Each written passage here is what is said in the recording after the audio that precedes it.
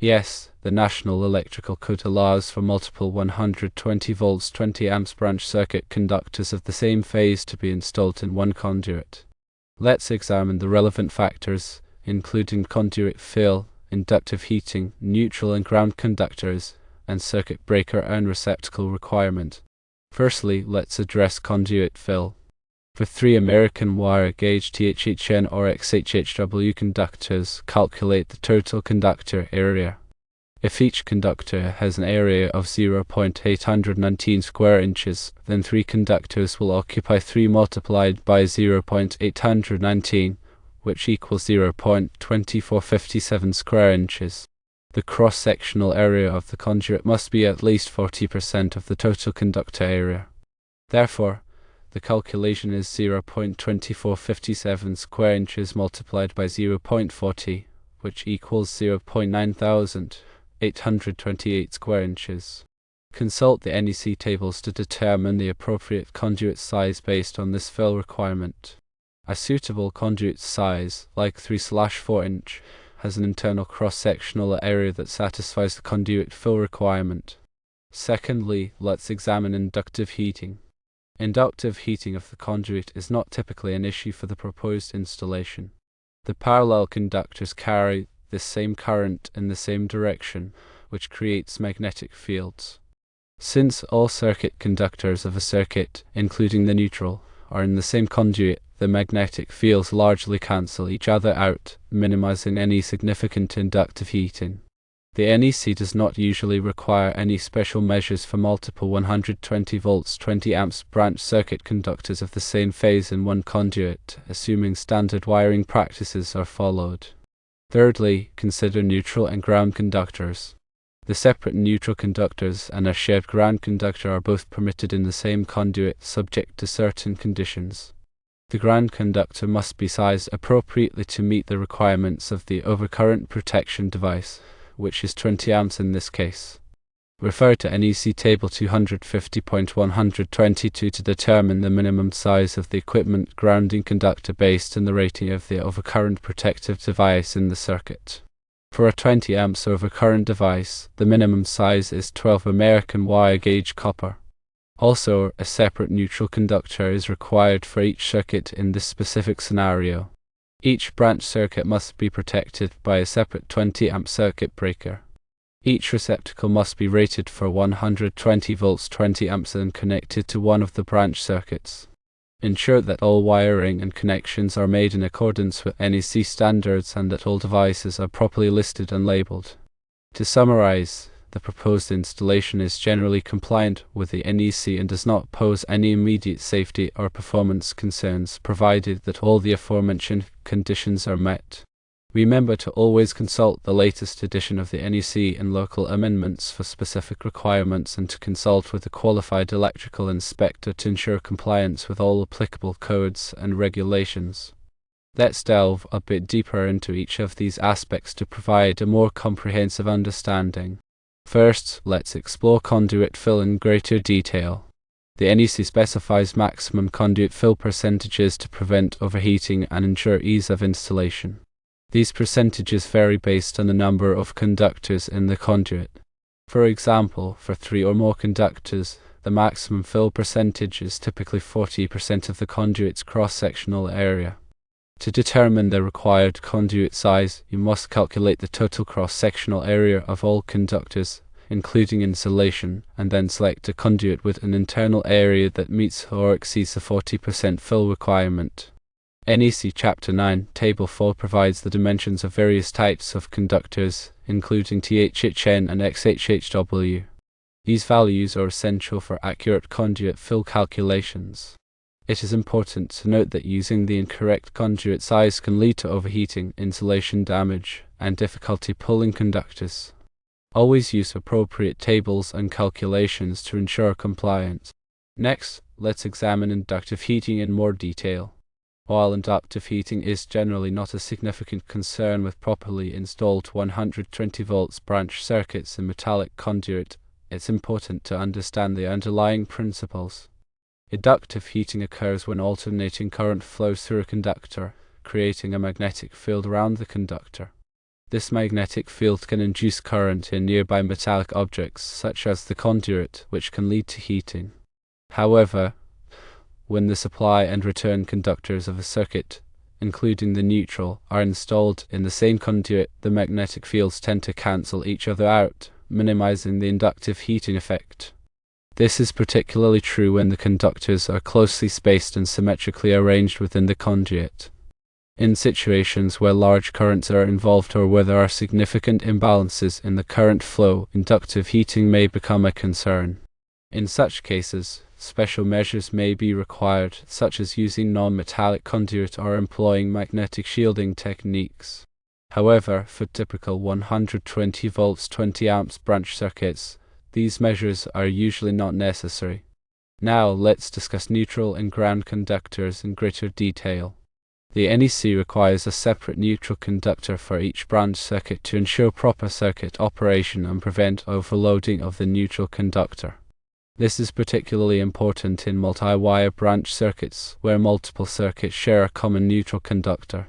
If the neutral conductor is undersized or overloaded, it can lead to voltage imbalances and equipment malfunction.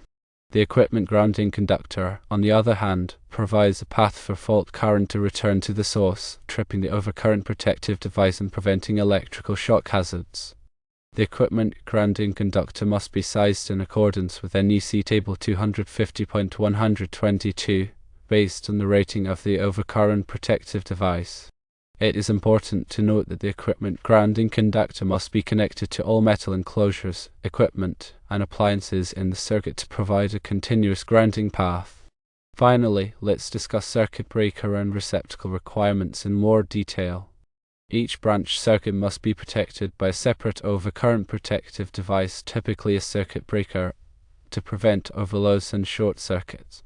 The circuit breaker must be rated appropriately for the ampacity of the branch circuit conductors. In this case, a 20 amps circuit breaker is required for each 20 amps branch circuit. The NEC also specifies requirements for receptacles, including the type, rating, and installation. Receptacles must be rated for the voltage and current of the branch circuit and must be installed in accordance with manufacturer's instructions and NEC requirements.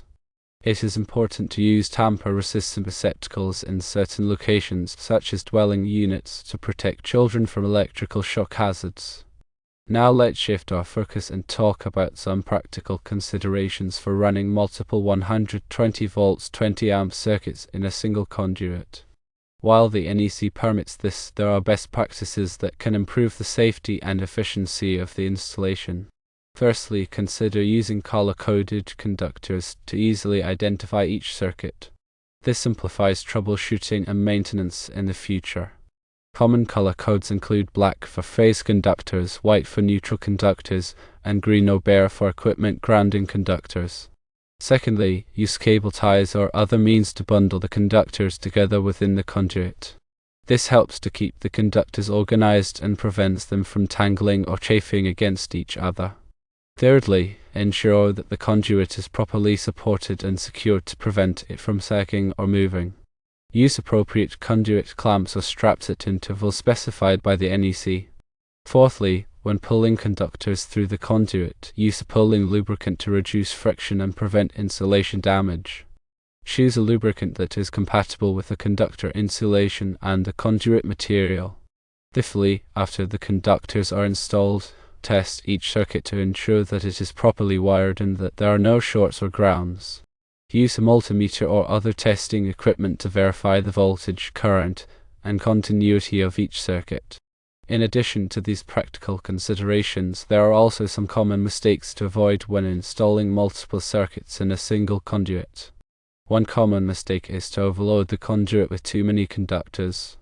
Always perform a conduit fill calculation to ensure that the conduit is not overfilled. Another common mistake is to use undersized conductors or equipment grounding conductors. Always select conductors and grounding conductors that are sized appropriately for the circuit current and the overcurrent protective device. A third common mistake is to neglect to properly tighten connections at circuit breakers, receptacles, and other devices. Loose connections can cause overheating, arcing, and even fire hazards. Always use a torque wrench to tighten connections to the manufacturer's specified torque value. A fourth common mistake is to fail to properly ground metal enclosures and equipment. Grounding is essential for preventing electrical shock hazards and ensuring the proper operation of overcurrent protective devices. Always connect the equipment grounding conductor to all metal enclosures, equipment, and appliances in the circuit. A fifth common mistake is to ignore the NEC requirements for arc fault circuit interrupters, which are size, and ground fault circuit interrupters, which are GFCIs. As size and GFCIs are designed to protect against arc faults and ground faults, respectively, and are required in many locations, such as dwelling units and bathrooms. Always install a size and GFCIs where required by the NEC. Now, let's shift gears slightly and talk about some advanced topics related to multiple circuits in a single conduit. One such topic is the use of harmonic filters. Harmonic currents are non-sinusoidal currents that can be generated by certain types of electronic equipment, such as computers, variable frequency drives, and LED lighting. These harmonic currents can cause overheating of neutral conductors and other problems in electrical systems. Harmonic filters are designed to mitigate the effects of harmonic currents by reducing their amplitude and preventing them from propagating through the electrical system. Another advanced topic is the use of surge protective devices, or SPD. SPD are designed to protect electrical equipment from voltage surges caused by lightning strikes, utility switching, and other events. SPD can be installed at the service entrance, at branch panels, or at individual equipment locations. It is important to select SPD that are rated appropriately for the voltage and current of the electrical system and to install them in accordance with manufacturer's instructions and NEC requirements. A third advanced topic is the use of power quality monitoring equipment. Power quality monitoring equipment can be used to measure various parameters of the electrical system, such as voltage, current, frequency, harmonic distortion, and transient events. This information can be used to identify and diagnose power quality problems and to optimize the performance of the electrical system. Power quality monitoring equipment can be permanently installed or used for temporary troubleshooting purposes. Finally, it is important to remember that electrical work can be dangerous and should only be performed by qualified and licensed electricians. Always follow safe work practices and use appropriate personal protective equipment such as gloves, safety glasses, and insulated tools. If you are not comfortable performing electrical work yourself, hire a qualified electrician to do it for you. Let's discuss some common scenarios where running multiple 120 volts 20 amps circuits in a single conduit might be beneficial or necessary. Firstly, in commercial buildings with open office layouts, it is common to run multiple circuits in a single conduit to power workstations or cubicles. This allows for flexible power distribution and easy reconfiguration of the office space. Secondly, in industrial facilities with production machinery or assembly lines, it may be necessary to run multiple circuits in a single conduit to power various pieces of equipment. This can simplify wiring and reduce the amount of conduit needed. Thirdly, in residential buildings with home theaters or entertainment rooms, it may be desirable to run multiple circuits in a single conduit to power audiovisual equipment, lighting, and other devices. This can provide a dedicated power supply for the entertainment system and prevent overloading of existing circuits. Fourthly, in agricultural buildings with irrigation systems or livestock equipment, it may be necessary to run multiple circuits in a single conduit to power pumps, motors, and other devices. This can provide a reliable and safe power supply for the agricultural operations. Let's also consider the impact of energy efficiency on the design and installation of multiple circuits in a single conduit. With the increasing emphasis on energy conservation, it is important to consider the energy efficiency of electrical systems. One way to improve energy efficiency is to use energy-efficient lighting, such as LED lighting, which consumes less energy than traditional incandescent or fluorescent lighting. Another way to improve energy efficiency is to use energy-efficient appliances and equipment, such as ENERGY STAR certified appliances. A third way to improve energy efficiency is to use occupancy sensors to control lighting and other devices. Occupancy sensors can automatically turn off lights or reduce power consumption when a space is unoccupied. The fourth way to improve energy efficiency is to use daylight harvesting systems to control lighting based on the amount of natural light available. Daylight harvesting systems can automatically dim or turn off lights when there is sufficient natural light. A fifth way to improve energy efficiency is to use power monitoring systems to track energy consumption and identify opportunities for improvement. Power monitoring systems can provide real-time data on energy usage and can help to identify areas where energy is being wasted. Now, let's address some frequently asked questions about running multiple 120 volts 20 amp circuits in a single conduit. One common question is whether it is necessary to use derating factors when running multiple circuits in a single conduit. The NEC requires conductors to be derated when they are installed in close proximity to each other, such as at a conduit, to account for the increased heat generated by the conductors. The derating factors depend on the number of current-carrying conductors in the conduit and the ambient temperature. Another common question is whether it is permissible to mix different types of circuits in the same conduit, such as lighting circuits and receptacle circuits. The NEC generally allows different types of circuits to be mixed in the same conduit, provided that all conductors are insulated for the highest voltage present in the conduit. A third common question is whether it is necessary to use a separate ground wire for each circuit in a conduit. The NEC generally allows a single equipment grounding conductor to be shared by multiple circuits in a conduit, provided that the grounding conductor is sized appropriately for the largest overcurrent protective device in the conduit. In conclusion, running multiple 120 volts 20 amp circuits in a single conduit is a common practice that is permitted by the NEC, provided that certain requirements are met. It is important to perform conduit fill calculations, consider inductive heating effects, use separate neutral conductors for each circuit, and ensure that all conductors and equipment are properly grounded and protected.